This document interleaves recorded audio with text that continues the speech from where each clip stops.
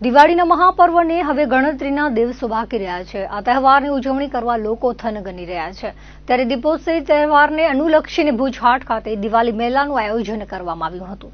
આ અંગે ભુજ હાટના ઇન્ચાર્જ રિદ્ધિબેન ભટ્ટે જણાવ્યું હતું કે આ દિવાળી મેળા આગામી 17 ઓક્ટોબર સુધી ચાલશે, જેમાં દિવાળીની સ્પેશિયલ વેરાયટીની વસ્તુઓના 15થી વધુ સ્ટોલ ઉભા કરવામાં આવ્યા છે, જેમાં મોતીના તોરણ, એમ્બ્રોઇડરી, પેચ સહિતની ચીજવસ્તુઓ પ્રદર્શન અને વેચાણ માટે મૂકવામાં આવી છે।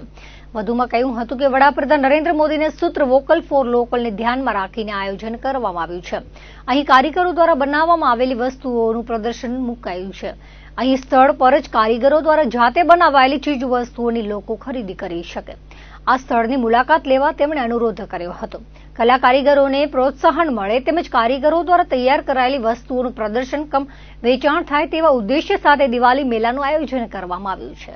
ભુજ હાટમાં અત્યારે દિવાળી મેળાનું આયોજન કરવામાં આવ્યું છે, જે તારીખ 4-10 થી 17-10 દરમિયાન યોજવામાં આવ્યું છે।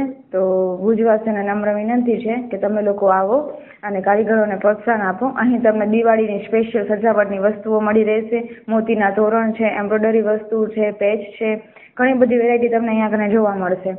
તો મારા દરેક વ્યક્તિને આવેદન છે કે તમે લોકો આવો અને કારીગરોને પ્રોત્સાહન આપો। અહીંયા કને ટોટલ 15+ સ્ટોલ અત્યારે દિવાળી મેળાની અંદર આયોજનમાં છે।